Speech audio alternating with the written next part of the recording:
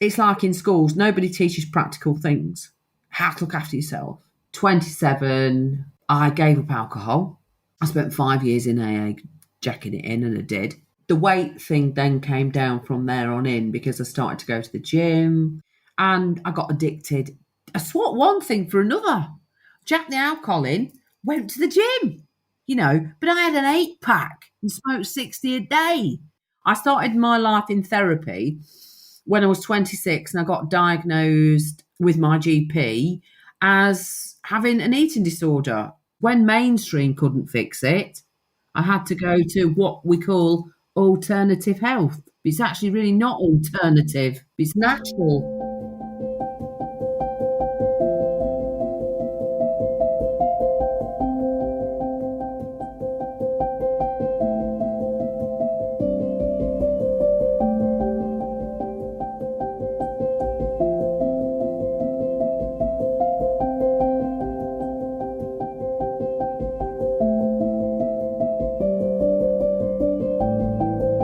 Welcome to Eternal Paradigm, and this series focuses on that moment when everything changed.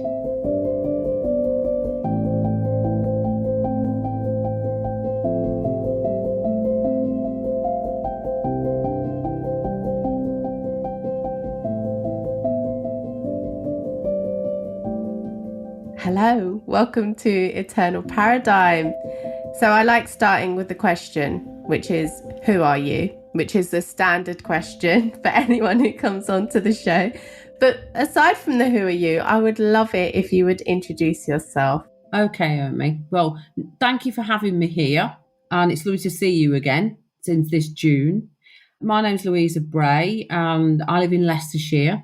I'm a grateful recovering alcoholic and anorexic. I've done most of the addictive stuff. I'm a gut health coach now. I'm in recovery from anorexia, mainly about 2.5 years now after 27 years in it. And how they actually say is you can't really have been classed as recovered until you're just 7 years out. So I've still got really like 4.5 to go, but it's going pretty well. So I've come up from like 5.5 stone to 8 stone 2, which is well recovered. So I don't know what that is in real money. 32 kilos, but I don't know I think it's 32 to 51, I think. But obviously I don't do anything much like that now.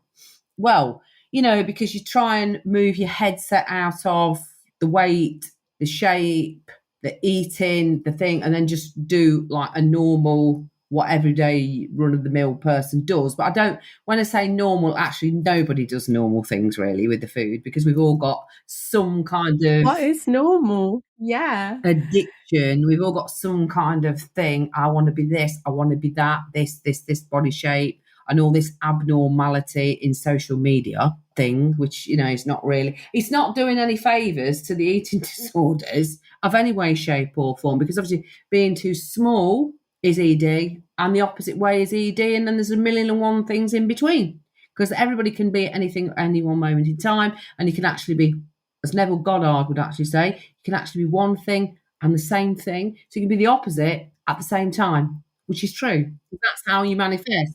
That's in manifestational terms. Wow. So you actually, the positive and the negative together at the same point in time.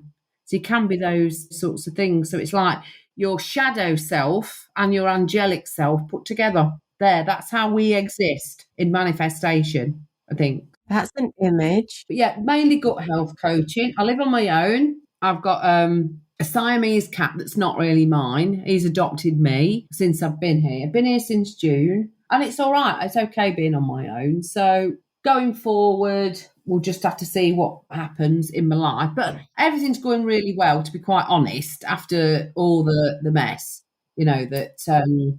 And when you say mess, do you mean childhood trauma? Child, it's really sort of like a conglomeration of how, in my life, childhood trauma has played out into a full-blown addictive lifestyle, which is very common.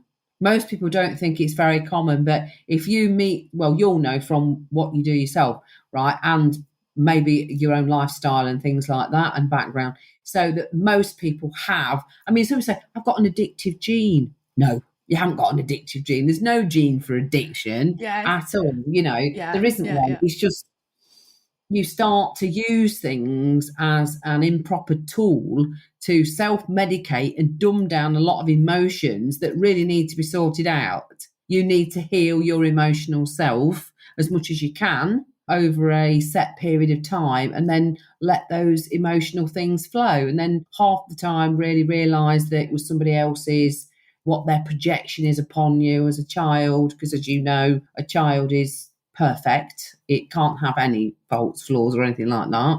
And it's when I'll say to some people, like, that sentence called, I can't remember the word now. I shouldn't have said this. No, got it. Responsible adult.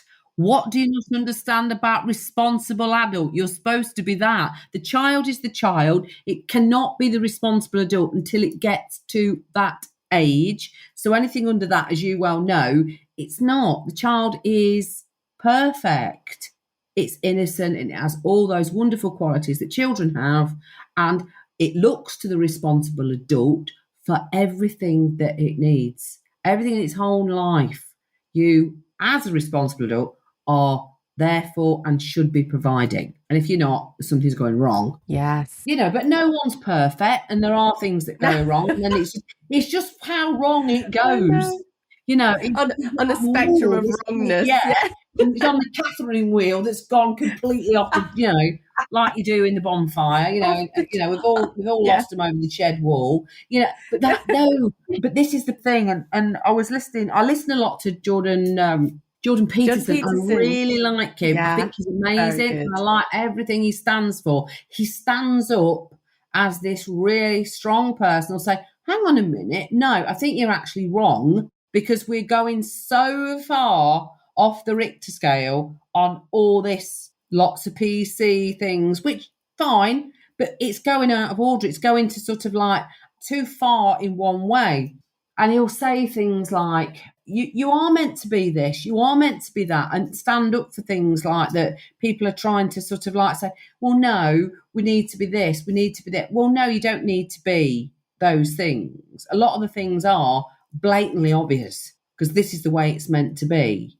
He actually said something the other week and I was listening to it. Now I thought this is amazing. And he said, what people seem to be now is saying that lots of people get told you're okay as you are with all these things, these issues. Do you see what I mean? And he'll actually go in there and say, actually, no, you're not. Yes. I don't know which bit of it he talks about. I love it. But he actually will go in there and he's proactive enough to say, I'm sorry, but the way you are is not good. And you need to sort your shit show out, right? And I think that's great, because he said he's absolutely sick of people being told it's acceptable to be how you are, and then everything goes wrong. Yeah. So it's already gone wrong, and they're just saying, carry on doing what you're doing. Yeah, pat your head, great, good. No, not. You need to sort your crap out, yes.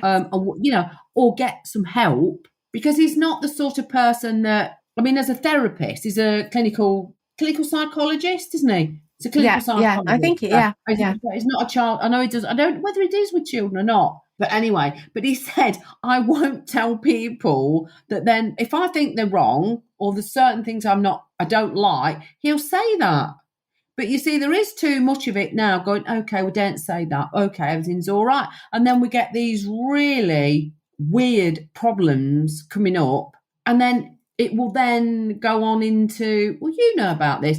We influence lots of people who we're with. Whoever we're with picks up on our vibration. And if it's not good, it's not good. Certain things with your children, certain things with people who are like when your children are a sponge. So these strange influences, for want of a better word, are making like this Doppler effect within life. And then before you know it, it's like this great crescendo of things where everything's gone wrong. And then you find yourself in this huge mess. Yeah. Where they don't know what they're doing, which is, I suppose, is a bit like my life, where it started off with my dad being quite an avoidant personality, which he is, because of issues that have happened in his family life. being a big family, blah, blah, blah, blah. Most people never sorted anything out then. This was acceptable, that was acceptable, and everybody got on with it. But it makes them a different person, because I didn't know any of these sorts of things until I had to go into therapy. I started my life in therapy when I was 26, and I got diagnosed with my GP as having an eating disorder, as anorexia, because I wasn't eating a great load of food, and I had like an aversion to certain, I wouldn't eat this, wouldn't eat that. Before, in the Can I end, I ask, couldn't eat it. Sorry. your aversion to food, did that start as a child or did it start later on? I actually did have problems when I was very little. Mum said to me about it, "You're such a devil to try and get to eat things." Oh, Now, wow. we're not sure whether that was a combination of a lot of antibiotics I had as a kid, Oh, yeah, right? right. Yeah, Because obviously, yeah. and I had a lot of stomach problems when I was Oh, when yeah. I was probably from. I was on a lot of amoxicillin, the little pink and white stuff. Everybody, lots of I know, Yes. because well, born in '68, so I was 50. I'm 53. I was 53 in October, right? So I came into life in the '70s when the whole supermarket explosion went down, the frozen food, the introduction of everything, introduction of pop. You know, we used to have everybody had the pop man. Yeah. We went to the supermarket. I mean, I remember Asda being built up the road from me in Leicester, and it was the only supermarket there was. Everybody went there. That was it. Because we just got little co-op or one thing or another, which was the main thing. So, but I had these really bad stomach pains, and I had that childhood one where they used to give you stuff for it. And I can't. Gripe water. What was that? Where they give you the really bad. Yes, gripe water. Yeah. You I know, used to live the on gripe that. water, Yeah. which is like alcohol. Yeah. Anyway, yeah. So we used to have It's like that, the but done I used to have thing. these really bad pains, and then Yeah. you know, stomach ache, colic. I got sort of like colic. Then my mum said when I was a child I had nappy rash. Well, all of those things can be a bacterial problem or bacterial, Oh, microbial, wow. you know, Yes. Yeah. yeasts in the body. Yeast are fine. They're a good thing. They're great for digestion because that's what they do. They're there to break down Yeah. things, and they're there to break you down when you die, because it eats you from the inside out. Right. But the only problem is if they go out, it's like anything. Balance is key to life with anything that you want to do. So imbalancing everything is not good. It doesn't matter, you know, too much of not doing things, too much of doing things. But if you've got overgrowths in your stomach, bacteria, you're on a bit of a downward spiral to whatever, to ill health, disease. Gosh, yeah. I don't know what happened. So, but you could look at, say, me having nappy rash as a problem like that. I wasn't breastfed. My mum couldn't do that. My mum wasn't very well after having me, but she had problems feeding me. But as a baby, because I can't speak, you can't tell her what you like and what's wrong with you, can you? You don't. So Yeah, you of just course. rely on, nobody writes things on parenting and stuff because it's a very difficult thing to do. So we're not sure. I mean, when I've spoken to different doctors and naturopaths and all that, some people think I was a bit of an accident waiting to happen from having all those antibiotics, because I had chronic teeth problems as well growing up. I had a double layer of teeth at one point. We used to go to the dentist very regularly, but I had lots of amalgam fillings, which is not natural. You're not meant to do them. If you don't fill them, some of them will heal on their own. They will. There's a lot of people who do these things where you can remineralize your teeth and they'll rework it. And one of them is like green pastures, vitamin D, cod liver oil, because that's the one I still take. And I've re-healed my teeth with some of that. But you see, I didn't know any of these things. It wasn't until I ended up in the middle of full-blown anorexia that I decided that I got to try and fix my gut. And then all the trying I did, so I got to find other people to do it. So, because when mainstream couldn't fix it, I had to go to what we call alternative health. It's actually really Oh, not yeah. alternative. But it's not, It's right? natural. It's just natural and It's real natural. wisdom. It's how you fix a body properly. Yes. Yeah. So tell me, give me like an idea. So obviously as a child, there were already issues with the stomach, antibiotics. I totally resonate with that. Growing up, I think I practically had a bottle of antibiotics a week, right? For something that was happening. Because it was just, I had a bad chest. Yes, Well, I don't remember having it, same. bad chest No. infections.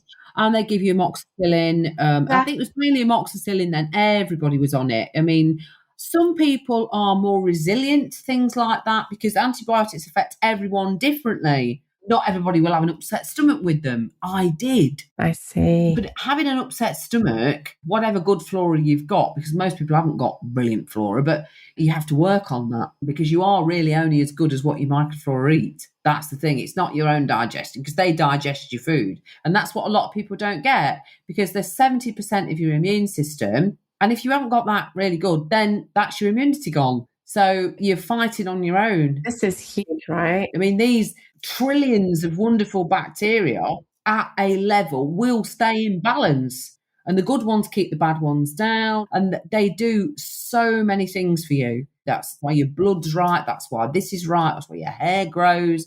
You know, that's why they make B12. They make your B vitamins so your nervous system works properly. You know what I mean? So you sleep properly, you function, you don't have pains. Because you Everything. know, lots of people think, oh, I've got this. That's natural. It's not normal. Yeah, You know, oh, it's don't go to not. the toilet. Oh, go too much. No, that's not right. You know, but, oh, I've got perfect digest. I get a bit. No, the amount of people, I can't believe it when I talk to people about stuff and the things I've had to learn to look after my own health. When people tell me, I end up listening to all these horror stories of they've done this and they've done that and they're doing this doesn't work, that doesn't work. And I'm going, oh, and nobody, it's like in schools, nobody teaches practical things, how to look after yourself. This is critical, Very right? few people know what gut function actually is. And I don't know. I don't know everything about it because I don't. But I have actually been in hospital and I've had quite a lot of years with a gastroenterologist and they don't know either. And yet they should do because this doesn't work, that doesn't. So the nearest thing you're ever going to get to somebody that really does know stuff is a guy who I had who helped me do a lot of healing, and he's Dutch, Eric Backer. He used to be known as the Candida Crusher because he dealt with Candida most of his life, was ill. Yes. Yeah, yeah. And he actually got me to learn about how to fix my gut. Eric is very good at everything. He's a wonderful man, absolutely amazing. But he's retired now, he was at 60. So what was that moment? What was that point when food was something that you just had to be in control of? What was happening in your head? What was happening in your life? What was the tipping point? There was lots of things. I was, you would say, a normal child. Everyone in the 70s was stick thin Mm-hmm. because Yeah. they just were. If you look Yeah. at any pictures, everybody was skinny. Right, most of my friends were skinny. And then I was up until a certain point. Now, whether this was where the antibiotics had really kicked in, I don't know, because there's different factors at play, as we know, or whether the mind kicked into other things that were playing emotionally in my life and I needed to be bigger. But at 7 years old, I got fat. I just put on an immense amount of weight. I ended up in a size 14 clothes at age 8. I was horrendous. And I got bullied for being fat. I got bullied when I was little for being small. I got bullied when I was big. So that was at, say, like 7, 8 years old. And I got bigger. And then at like 14, 15, 16, I actually got smaller again. I went up and then down. And I'd really say from being at school at 7, I knew what I was eating. Not calorifically wise, not this, and this, but I was aware that I was bigger than others and I didn't like it. And I didn't eat. I tried to eat differently, should we say. I tried to not eat as much as others and one thing and another. But it doesn't work when you're only a child. You shouldn't really be into playing with all this crap. Anyway, but when I got to 14, or say maybe 12, like that, then yeah, and then I got thinner again. But I don't know whether that was natural, like me. So I know I got bigger when I got my period at 13. That played in, and I've got Hormones. boobs that I didn't really like, or your hormones all kicked in, and I had boobs and all the rest of it before other girls did. That was very strange, and it is because we're all over the place with weight and shape and all the rest of it. Yeah, so my teenage years were a bit strange. And then when did I actually decide that food was really, well, my grandmother was really ill. I was the main carer for her. And I was my biggest when I was between 24 and 25. So after that, I had two major things happen in my life. One of them was actually her going into a home. She got Alzheimer's anyway, I was the main carer, and it really affected my mental health. And I had a breakdown, and everything, it just blew up in my life. And I got the main blame for her going into a home, which obviously wasn't. I couldn't cope on my own doing things like that. The one was doubly incontinent, couldn't see, and all the rest of it. It really got out of control. Anyway, at 27, I gave up alcohol. I spent 5 years in AA jacking it in, and I did. The weight thing then came down from there on in because I started to go to the gym. I had a wonderful friend. It was a bodybuilder, female, British middleweight, European champion. And I got addicted. I swapped one thing for another.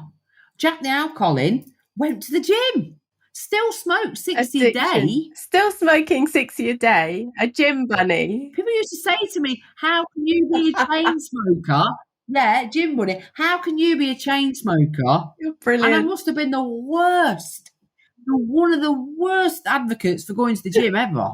But I had an 8-pack and smoked 60 a day and looked like and things that were unreal. You know what I mean? So I used to train 7 days a week, and I'd cycle 25 miles in an hour and a half. I didn't run. I've never been a runner and that kind of thing. I used to lift weights. I qualified as a spinning instructor. Wow. Did that. Used to teach spinning with this person, one thing another. I did loads of it. Incredible. We used to go to a thing called Fit Camp. We used to go up north to a fit camp. There was about 8 or 10 of us, and we'd have a chalet. And I'd do spinning for like 3 days. I couldn't sit. One time we were coming home from Warrington, I couldn't sit in a car because I'd got blisters on blisters all over my bits. It was unreal. And everyone was like this. Ouch. Unbelievable. Ouch. Oh my God. It was horrendous. I've never... It was like a nightmare. And, oh dear, no.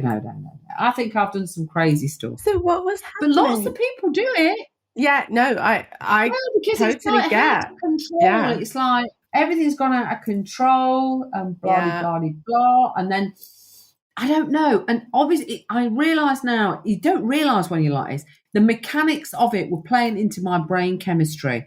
And as you go downhill, they've done a lot of these tests because they've actually literally starved people to death. They've locked people up, give them 500 calories a day, and automatically your brain goes into like anorexic mode. It's starvation. It does this. And everybody goes into like this complete, well, I didn't realise what was happening, but you don't sleep. You're always hungry. You're obsessed with food. You're this, and this. And I became a laxative abuser as well at that period in time. I couldn't literally stand having food in my body. I mean, I didn't take loads of the things, but I was taking probably 10, 15 laxatives, which is nothing in comparison to people I've met, people I've talked about over the years. And I know people now who've been in my life who have not recovered from anorexia, or their body has not come full circle like mine has, or come back, because I've been trying to correct the damage that was created, whether I did it or the antibiotics or the malnutrition that created from things that rid my mental health problem like that, all those sorts of things over a period of from the age of 36, because I rock bottomed out at 36 at 5.5 stone. I got jaundice. I've got all kinds of stuff. I had a black hairy tongue. I've never seen it like it in my life. It was horrendous, but my whole body, one by one, you shut down. And the first thing that shuts down is your gut, stomach, because it slows everything down because it tries to preserve the energy. There's a few people that I've looked at that I followed in my recovery in the end, because it is madness. Because I want to say to you this, I've met people throughout my recovery, right, at stages that a good friend of mine lost her sister, and it was from trauma, and she explained to me all about these things. There is no mental health after 60 for anorexia within the UK because no one makes it. That's why. There's no one left. They're all dead, usually. There's not many people over 60. So I'm quite good. I belong to a very rare set of people, which is actually very scary when I think about it, because Is it how though? many points in my life have I actually, because I don't realise it sometimes, because I think back sometimes, I think, well, I can't have done this. You know what I mean? Because so that's why I know that I must be here, like we all are, on a journey for a reason to do these things, to help Yeah. other people in whatever way we can, be it physically, metaphysically, or whatever, as part of a journey that someone else can say, oh my God. Because if you hadn't have been like, when I went into AA, when people used to speak, because they talk about stuff, I know, right? Every person who said something, be it like a man or a woman, they all had the same thing. They all did the same thing. They were all dumbing down feelings with booze. Or sometimes I've been to NA as well. I didn't do narcotics, but they're all the same stuff. Sometimes there wouldn't be enough for 2 meetings, or somebody wouldn't turn up for another meeting, so they'd do it together.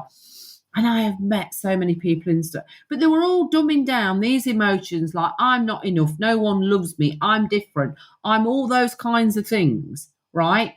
And they just stuffed it down with food. Or numbing up is a really good, just so as you're numb, and it doesn't make any difference. So you can be a sex addict and numb it up with that. Because at the end of the day, it doesn't matter Yeah. whether you stuff 20 donuts down your face and then take this and then do that. Or I got into the gym because I hated the way I looked.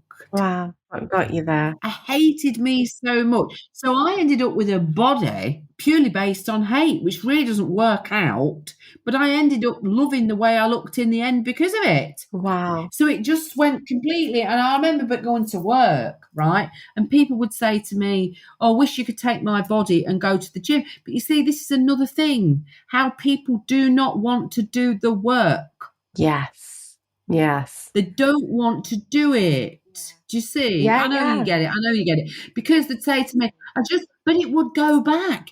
Because you know what? It would be the same in anything. So if I went to AA for them and did it for 6 months and stopped drinking, right, I'd give their body back. They've not done the work, so they'd become an alcoholic again. So the gym, so I'd go there, lose 2 stone, give them it back. They'd start eating whatever, not doing the exercise, not buying into me, being me what I should be, and looking after myself properly, right? And running my life, showing up for me, dealing with my stuff. And they'd go back to being like 3 stone overweight, because most people put on extra after. They go Yes. back. They go Because back it's like, and they get bigger. Yes. yeah. Because the purely and simple is the mindset is, I'm not good enough. So you can't take the stuff out, because the mind is set, the mind's geared to like that person, wherever it happened in their life that's in the trauma, that this is how I'm meant to be. This is my setup. These are the things that someone else has, their agenda is sponged up in my head, right? So you're not good enough. You're not this. You're not, whatever you want it to be. It's like, oh, I mean, I actually, this is awful. This is horrible. And I've always had a thing about my legs, right? My dad actually said to me about it, and I think that didn't resonate very well. I actually had somebody that I really liked at school, and they actually said something about not wanting to be sexually active with someone that was fat. It was like a whole load of fireworks going off in my head. And it's obviously, because I still remember it, that can be a throwaway comment in someone's life. To them, it meant nothing, obviously. But to me, it was like, and because I actually found this bloke incredibly attractive, but obviously he didn't want someone that was a bit of a whatever, like my shape or my mentality or one thing and another or anything like that. But I look back and I think, well, thank goodness, because obviously he's got toxic traits, which everybody has. His shadow self was there. But obviously, as like a 17-year-old girl, you think, oh, Yes. Take it personally. when you get into those kinds of things, it all plays on subconscious and it stays. And it's like you say, or you actually know the subconscious is listening. It never switches off. It's not asleep when you're asleep. And the fact that, like, say, if we look at things like, because I know what you do, obviously, because I trained with you. So you can listen to whatever and you get subliminal. if you play something in the background, no matter what it is, whether it be hypnotic stuff, whether it be music, whether it be the TV, the message is going subliminal into the mind. You don't have to put headphones on and listen to anything. You can just actually let it go because it's been proven. Yeah, we absorb it, don't we? You absorb it because it's been proven that if you played something like, say, well, we're going to do weight loss, which is very rarely just to do with weight, it's to do with other things. Yes. Everybody hears it, the other person loses weight as well. Yes. If you just play it in the background, that person who wants to listen to it, say, okay, then I want to lose 10 kilos or whatever it is, 10 pounds, sorry, not 10 kilos. They'll start doing it because it resonates with them, but anybody else does, it affects their mind as well. And it's amazing. So you've spoken about the mind, and obviously you've spoken about understanding through your own journey, understanding your own gut health and the mentor that you found to help you understand what you needed to do. And you said you turned to more natural wisdom, really. Yes, let's go back to traditional things. Exactly. To help you connect to you, to piece all these things together. And what was happening in that process? What was happening when you were actually going to the medical side? Wasn't getting anywhere. When I first really went, I went to see a gastroenterologist. Well, they said I got chronic IBS. They didn't quite know what was because I got, and I mean, the irritable bowel, it's like a thing they don't get. Eric used to say to me, it's like a bullshit thing that no one took because they don't know what they're on about. Because there's two things, Ermi, actually. They know in health, crisis management, they are amazing at putting you back together. If I'm in a car accident, I know where I want to be, right? That's it. I want to be with those people. But some of the things you see, because they're so disconnected, the body works in unison, but you have all these different people doing different stuff. Nobody actually agrees that we can do these things together. And that's the way they are, right? Which is not good for anyone. But yes, I went to the gastroenterologist, blah, blah, blah, blah. They didn't know what was going on. I had a lot of different things going on. I ended up in a year, right? I had at one point 9 different consultants, all saying different stuff because my body mechanics were breaking down one level. I got kidney stones, I got cholesterol problems, blood pressure problems. Nothing at 32 kilos, 5.5 stone works properly. Your body just doesn't. I had really bad anemia at one point. I was in malnutrition basically, and I actually got told that if I don't have my colon out, it didn't really say which bit, but that was all I heard before I walked out. And I said, I'm not having this and I don't want that, because at 36 years old, I don't want to lose my bowel. I never wanted to lose my bowel. And I am still intact at 53. I've had no operations whatsoever. I've had nothing. So you can do it. You can do it. I'm not a miraculous whatever, but I am in some ways because we all are. Do you know what I mean? We all are miraculous children. Everybody is. We're all wonderful. But from the everyday person, maybe I had more reason. The mentality of an anorexic is like unreal. It's not a good mentality to have. It stands you up against certain things, but it's so strict. Whew. Someone actually said to me a few weeks ago, because obviously people talk to me about different stuff, and you can actually, being an alcoholic, you can pick up on an alcoholic, you can pick up on the tendencies. Being anorexic, you know what people do, you see them, blah, blah, blah. And I actually had someone talk to me about it, and it was this lady's mother. She said to me, she treats me awful. I said, it's the mentality, because your brain is just like, I said, because you're living on nothing, absolutely living on nothing. So the mentality is horrible, that I was vile to live with. I was always acidic, always on edge, always, your flight's really going all the time, anything and everything, So anyway, I decided that I've got to find someone else. Then they diagnosed me with ME because I don't think they knew what I'd got. At one point they thought I'd got MS, because all these things are a autoimmune disaster because I've lost my gut flora. And I was a patient of Dr. Sarah Myhill, who is a really wonderful doctor. She's originally from Nottingham, I think. I think she still writes for What the Doctors Don't Tell You, because Patrick Kingsley, eminent doctor he was the MS and cancer specialist. They both were mainstream doctors, went into natural health. I'm going to call it natural health, right? They realised that I had got an overgrowth, but they couldn't fix it. They didn't know how to fix it because I've got candida overgrowth. But when you have that, you have lots of other bacteria. So you've got E. coli of a bad sort. You've got this, when they say dysbiosis, a lot of it just means basically you've got all the wrong microflora and not enough of the good ones because they wouldn't exist. And then you get this knock-on effect from the gut where you get acid reflux, where they then treat it with certain things that are not right. You need more acid, not less. But then you're eroding your gut, so you've got to fix your gut. So it's all about leaky gut. Well, once you've got leaky gut, you've got food allergies, you've got leaky brain, you've got everything. Oh, yeah, I'm just putting my hand up to say hello. Yes, that's me. Yeah, but that's Leaky it. gut, Everything's the leaking. IBS. You get brain fog, Yes. itching. I can't the have whole dairy. lot. Yes. Ooh, wheat's going up the spout. Yes. Ooh, and then you have to start chucking all the food out that you can't eat anyway. Yeah. That you've not had for years. Yes. So I was like, at one point, I ended up, the only food I could eat, and I ate it for 9 months solid, was eggs. I lived on eggs, and I ended couldn't up even do anemic. eggs. Oh gosh. I ended up anemic, no. and I ended up in hospital, and I ended up having blood transfusions at 17. And I came up to 9. I ended up in a cancer unit because they thought I'd got leukemia. They didn't know what had gone wrong. They thought I'd got, can't remember what that other blood disorder is other than leukemia, a platelet clotting problem, and I hadn't.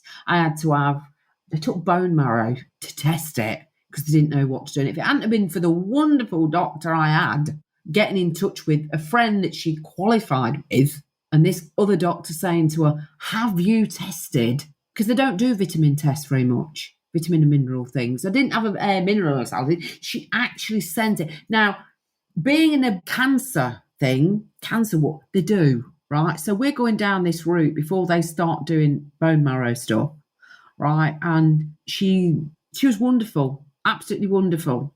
And I was just so low on vitamin C. I couldn't have things with vitamin C in because they'd make me have the diarrhea. And it was a vitamin C problem. I've got low B vitamin, I've got low everything. So they started doing injections of it because obviously it's got to go straight in the blood because I was going to the toilet so much, I wasn't absorbing.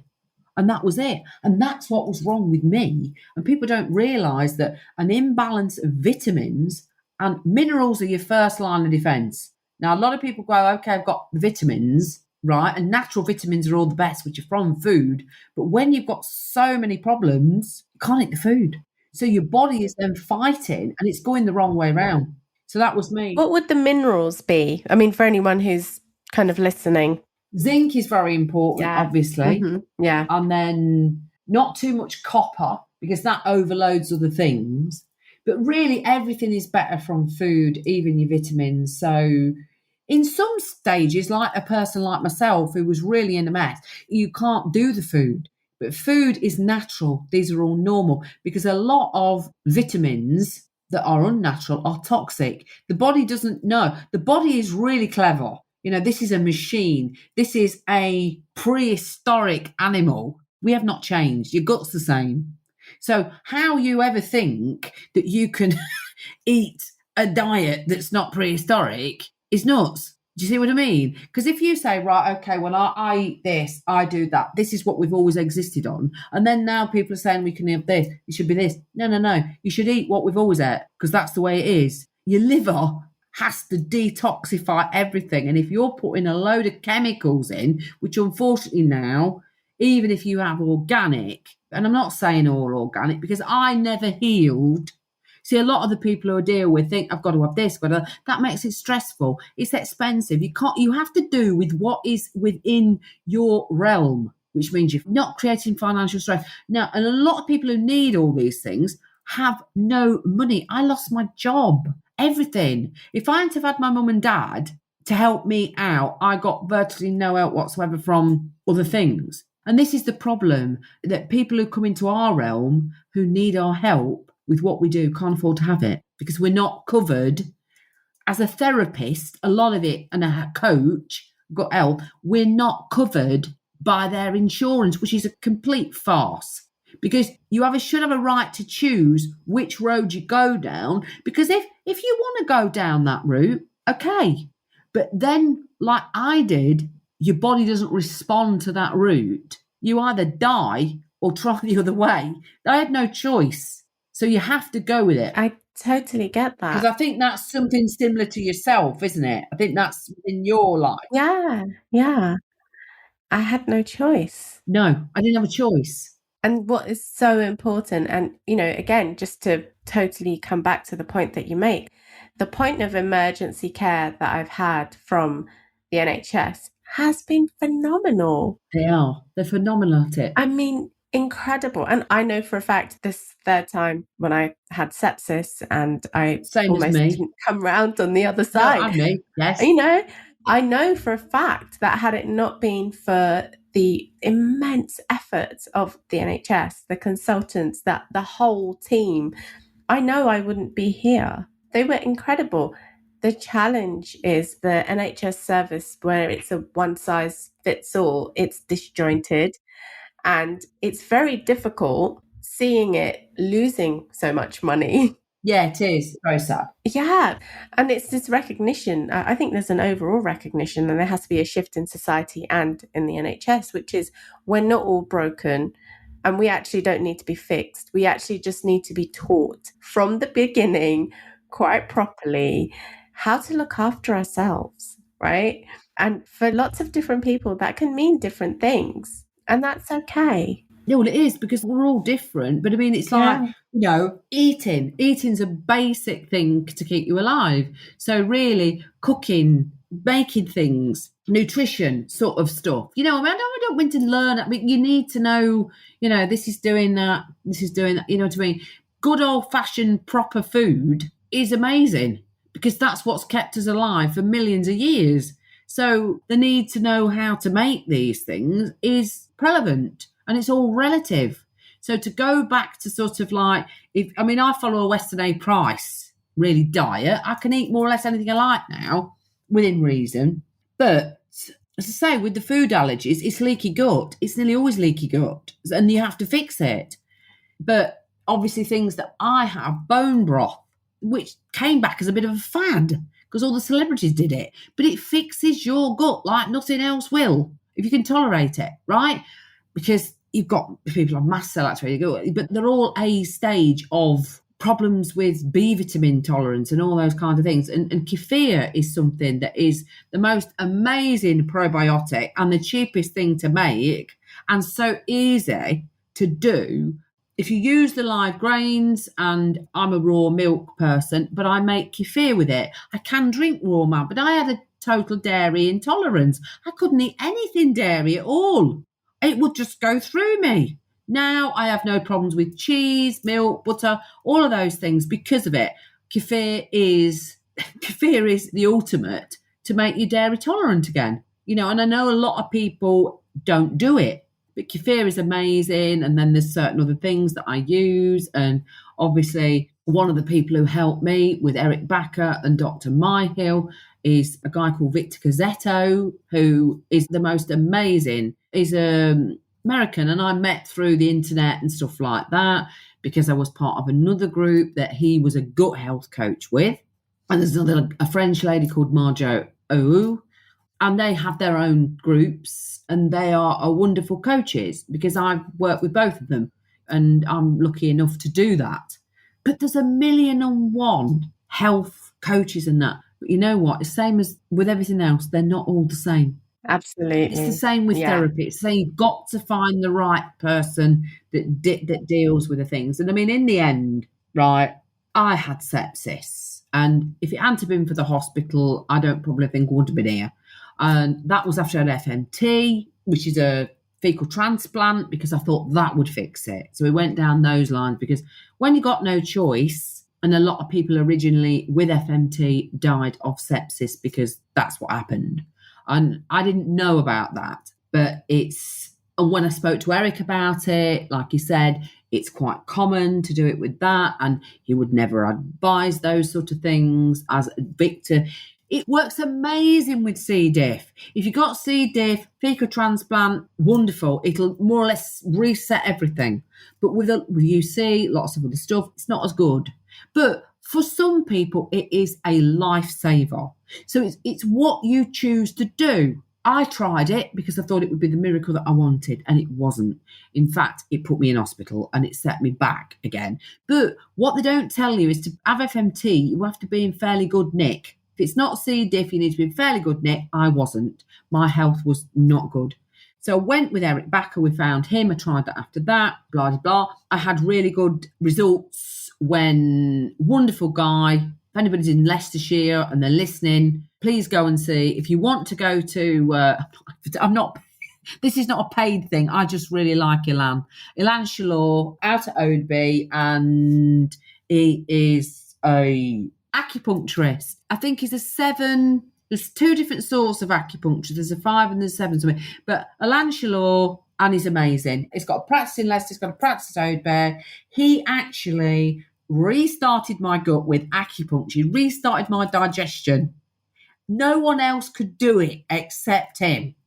And he did it. So that started my healing journey. It was the beginning. But after 2 years, maybe 3, it didn't get any better. So we had to progress to doing different things. Right. So I've had failures in all areas of different things, but they all ended up, it's like an amalgamation. So you put the jigsaw in and this, and that. So to in the end, right, everything went wrong again. I don't know whether my microbiome had fixed enough or there was something that still wasn't working, because I'd worked with Eric for quite a long time and people say, oh, well, it shouldn't have took that long. No, it should. It depends. I've been ill since I was 27 years old. Yeah. Maybe before that. Some people are ill all their life. It doesn't fix with some people overnight. It doesn't. And I'd still got this thing about, I don't want to be big. I don't want to get fat ever again, because I hated it. I hated it so much. So I'd still got, and he knows, he said to me, and he paid for some of my stuff. He was a wonderful man, because he obviously knew that I hadn't got the funds to do stuff, and he wanted to help so much. And he did it with a lot of his clients. I mean, he had thousands of clients over like a 20, 30 years as a naturopath. And some people don't even know who he is. Do you see what I mean? And, I would have always said out of him or what have you. Different people go to different things, but 2 of the most wonderful people I've ever met in my life, him and Victor Cazzetto, amazing. Marjo, they've all played a part. Dr. Mayil is wonderful. Patrick Kingsley was amazing, absolutely amazing. And I've met these people just because on my journey, and they are so fantastic. And they've met other people, and there's other people I'd like to meet, and maybe I will. And then obviously, friends that I've met through talking about different things, how they fix themselves, how they dealt with, I have a diagnosis of anorexia, BPD, body dysmorphia. They all go along the same lines with trauma, you see. Mm-hmm. Yeah, absolutely. So in the end, we didn't know what to do. I got ill again. The weight loss, I couldn't go out of the house. And I was showing up at the doctors, going to the A&E. This was 2019. I couldn't tolerate anything anymore. And obviously something had gone. I don't know whether Eric thought that I'd got some bug again, because obviously, you know, when you're so low on everything and nothing's showing up right in your bloods, nothing's this, nothing's that. He said, I really don't know what to do. Because he said, we've tried everything. He said, really? He said, you need to be refed because it's so low and nothing's going in. I went to A&E and I asked in A&E and they didn't know. They couldn't say what was going wrong. And my doctor believed that because I'd been so low weight for such a long time, it was just the way I am. No, it's not. How much did you weigh for? 5.5 stone, Right. 32 kilos. And so I'd been like that. So I was 32 kilos at 36 and 32 kilos again at 50, which is, you know, I was freezing cold all the time. I've got bum fluff all over my face, which is, I've had it for years. It just grew because your body needs to hold its own heat and cold. I've got B12 problems, all kinds of stuff. Couldn't walk about. I've got sores on the backside because your skin goes hard and you're so thin, the bones stick out, everything. Anyway, I went out at A&E.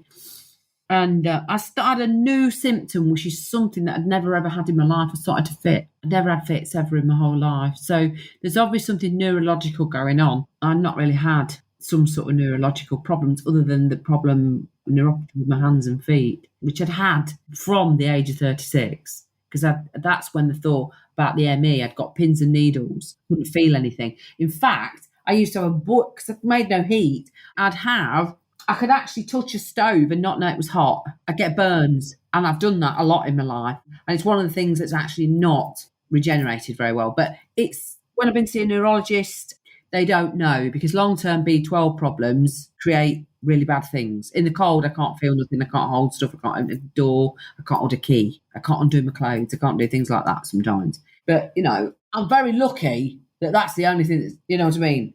That, no, seriously, I mean, people say, oh, God, it's not the end of the world. I know people who cannot go to the loo properly. They have to irrigate. I didn't know any of these things. I've had friends of mine explain to me that because they took like 200 laxatives a day for how many years, it's non-recoverable. Or maybe it's non-recoverable in the way that they were treated within the NHS and stuff, because it's all about weight gain. It's about get your weight gain, get your fat gain on as much as you can and get you back up, because that your mental health recovery comes up with that, right? As long as you're such a low body weight, your mental health suffers really badly because it stays down, because there's a part of the thing that in your brain you'll do all kinds of strange things that it is. Your body is programmed. It's a really clever thing. You go into like this migration, it will automatically walk.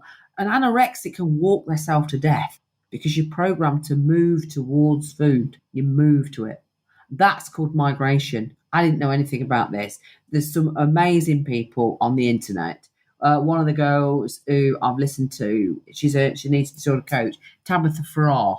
If anyone is out there who wants to listen to somebody, go and listen to her. Whether you're treated by her or you engage with her or whatever, go and read her or listen to her, because she does podcasts every day, and she recovered from anorexia. And she talks about a lot of the mental side of it. The physical side goes into IBS, right? And you do get bloating. Your body can't digest things. It's lost its good flow, which is, she doesn't do much of that because she is mainly getting you out of an anorexic state, which is great. But I know a lot of people who have got into some forms of issues. She hasn't. She's great, thank God. But diabetes is very prevalent because they want you to eat massive amounts of food. Refeeding syndrome is where you eat thousands of calories. It's in fact a thing that happened to me. I went into refeeding syndrome because I was so low. I actually thought I'd become bulimic. I actually thought I'd become completely obsessed with food. And it is a normal thing. Your body will gorge. When it is so malnourished, it will eat like a rabid dog. And you just do it like that. I mean, I could probably eat I don't know, I've never counted calories ever in my whole life, but I could eat and eat and eat and never be full. I never felt full, but it's natural. It's normal. It's a normal thing. That's so interesting, because what I can hear from you when you're talking is that there are, like you said, it's like there's a treatment. So once this side has been done, you just come to this side, but there's no real understanding of how, as humans, we're wired. No, we're not. And we are wired. Eating a terrific amount of food, you need to eat a high-fat diet. Best fat will be natural saturated fat, right? Because it feeds the brain. The brain is, I think it's 70%. I'm not sure now, but it's a big amount, right? The brain is fat, right? And there's a piece in the back. Amygdala. Anyway, right. Well, this is the bit that works. This is the bit that's very actually dry. Your brain, in anorexia, your brain shrinks in your skull. It's really That's right, because it does a disaster. Lots of mental health. Yes, it shrinks in your head. I think it does in MS as well. I believe so. Right. So these things go down because I think it's obviously the malnutrition and stuff like that. I mean, you demineralize your teeth fall out because the body strips the body tries to support the brain because you are your brain. Your brain it wires everything. So you're just really a walking brain. This all goes with it, right? So it will feed that brain on everything. So it will take you. So your skin goes, your hair goes, your teeth, the minerals, it strips because it has to have these certain things. It strips fat off everything. The muscle goes down last, but the first thing that goes is your gut, and your gut lining goes. And once you've lost the mucin off your gut, your digestion slows down. and then you get issues where your digestion is really, really slow. Then it opens up to like a low acid in the stomach. When the low acid goes down, then you get the microflora change. Then once you have the bad flora come up, the bad flora love the sugar. So people like overload on junk. And then it's just a big disastrous area with that. But then you have to sort it all out. Yeah. But it's a really, really, really, really strange thing. I mean, there are people that were in concentration camps and they were never big. They could never be big. Some of them died on the refeeding from them because they fed them protein on its own. To refeed from something like that, a complete disaster, anorexia, you have to eat protein and fat because that's what you're made of. We're made of it. No disrespect to vegetables, and you need your fruit and all that. As I said before in the beginning, it is about having a varied diet in the end of all sorts, everything and everything, right? But you cannot reheal a body on vegetables and fruit. It won't do it because you have to have all the complete amount of amino acids. So you do need protein and fat. Everything is made of it. Your whole body structure, your lining of your stomach, your brain, all that your tissues, everything that you reproduce is made on that at a cellular level. You cannot rebuild a body on those kinds of things. You are going to go down even further. But, if no one does anything else, have a look at Western A Price as a really good diet for the rest of your life and how to feel you fix your gut, kefir, bone broth, lots of different things, all those things. And those are what I still do 2 years on down the line. Kefir that my dad made and brought me into hospital when I couldn't eat all their food because they'd never seen anything like it. I had projectile vomits and nothing. They gave me antibiotics. I vomited them all up after 3 days. They were giving them me, and obviously your body is meant to be sick. If it doesn't like something, it'll throw it up or it'll chuck it out the other end, right? But I had, and even when I came out of hospital after 6 weeks, it still took me 12 months to get anywhere near. You see, it was just a start. But I tried kefir before, couldn't tolerate it. But the thing is, kefir kicks a lot of bad flora out. It's really strong medicine. So if you ever start on it, I mean, you can use the stuff in the supermarket, but it's bastardized in comparison to making your own, right? But there's no need to actually. Raw milk is probably the best thing you can do. And I get mine from a wonderful guy who's got a farm up the road from me, Alan Smith. It's been amazing to me in my life. Absolutely amazing. Because when I was looking for raw milk, we couldn't find it in Leicestershire. But it's just up the road. And we started on that. And I tried the raw milk diet. But you see, raw milk, when the raw milk diet came out, was very different to what it is now. Even though it's still probably the best milk you'll ever get. Again, natural. It's what people, and a lot of people that I went to school with, because Leicestershire is a dairy farming thing, people like some of my friends at school, never been in their life because they were brought up on farm and they used to have raw milk. My grandmother did. And it's really big. One of the girls actually did something on our group the other week, and there was actually, kefir comes from the Caucasus Mountains, and there was actually in this photograph that was beginning of the century, in the 1900s, right, a kefir van. They used to act this little kiosky thing that was built in wood, and they used to give it as a cure-all for everything because it's a microbial environment on its own. Oh, that's incredible. But it is, if anyone's going to try it, it's the best. Kefir is the ultimate probiotic. Forget your soil-based organisms. Jordan Rubin, Gardener Life, there's all those things. There's all this huge marketing thing. If you can tolerate those things and things like proper raw sauerkraut, kimchi, anything fermented, raw cheese, all those kinds of things that a lot of people say, oh, no, can't have that. Even fermented raw meat. Things like proper fermented soya bean, natto. It smells horrendous. It's terrible stuff, but it's so high in K2. It's unbelievable stuff. Fermented cod liver oil. I mean, certain people, you're going to react to certain things. You will. But isn't that just like what you're saying? There are lots of other things. Yeah. It's natural antibiotic. Yeah. Colloidal silver. I drink silver. I make my own silver every day. Wow. It works against lots of different things. That's amazing. MSM, arthritis. And I've learned all this thing. I've learned all these things because of the people I've met in my life. That's why. For me, this is all second-hand information because these are off other people. But that's it. But you see, there are certain things, fermented food, traditional cooking, like all cultures have their own fermented food. I mean, True. the Very true. Scots, if Yes. you look at the Yeah. Scottish, right, or the Celts, so they fermented oats for a week before they ate them. That's how you're meant to eat grains because then they are natural to your gut and fermented foods break down because they've got their own microculture in it. So they do it. And that's what probiotics do in your body. Food in the body are that. They assimilate and they know the body recognizes food. It's what it needs. It will react more possibly to things like, say, unnatural vitamins and stuff like that because a lot of people can't think. But things like, I use all sorts of stuff. I eat a varied diet. Natural yogurt, even making your own yogurt. Yeah. And so tell me, where can people contact you? Because you're clearly a wealth of knowledge and you're always sharing information.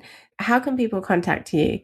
Well, I don't do anything yet. There's only my email and that's it. And I'm on Facebook and I'm on Instagram as me. That's it.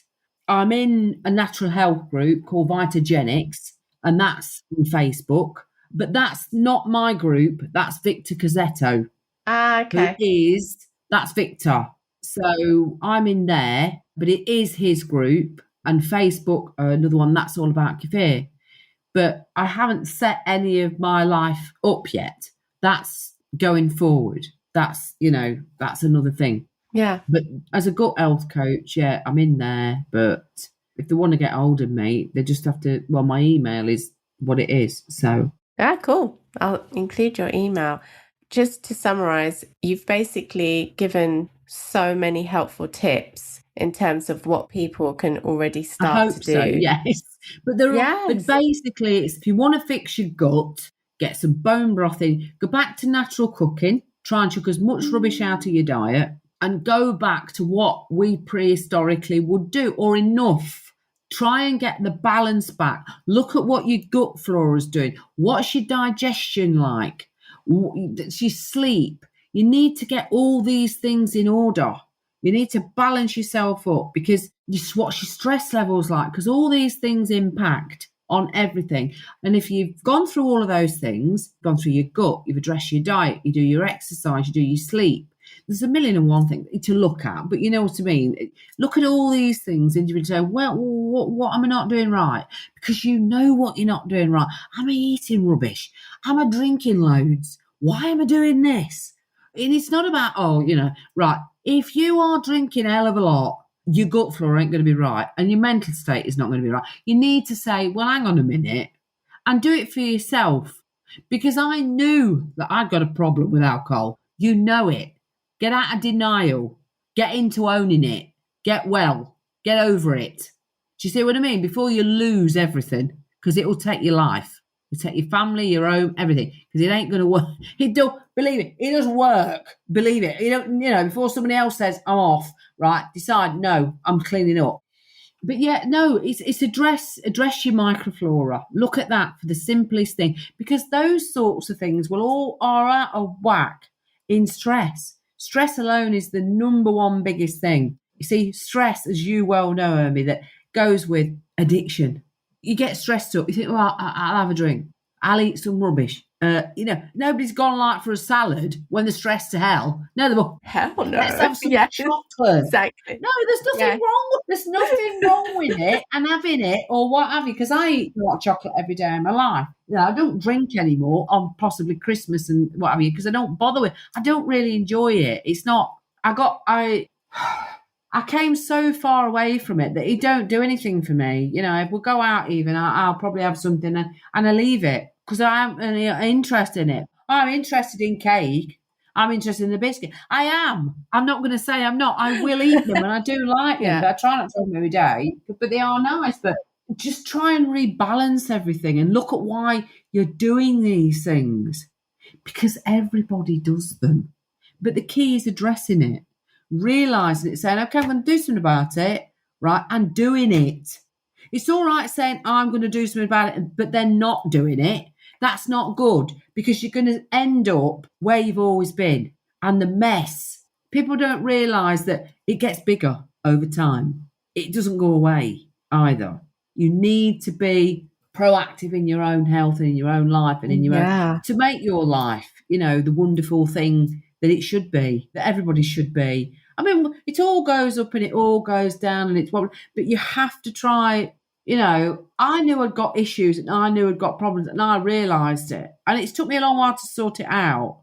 And we're always going to be a work in progress, because no one's perfect. We're not meant to be. That's not the way it is. But, I'm okay with who I am today. I always wanted to be someone else, because I thought, well, maybe for somebody else, maybe for someone who'd love me. But I'm all right with me. The fact is, that was someone else's agenda, not mine. It was someone else's projection. And I've got there, and I can accept that, and I get on with it. And it's difficult when it's your parents. It's really odd. But I'm not on my own. I'm part of a huge group of people that it's happened to. The one brilliant thing is I realised what was happening. I met a lot of people. I followed a path. It went all over the place, and ideally it would have gone A to B and didn't, but it didn't. It went all the way around the alphabet. But I finally got where I need to be, and now things are moving forward. So I still don't know. For me, it's a case of watch this space, because I don't know exactly where we are. Well, I know what direction I'm going in, but I don't know what I'm going to be. You know what I mean? And I'm happy with what I am now. So that's the most important thing, that you're happy with you.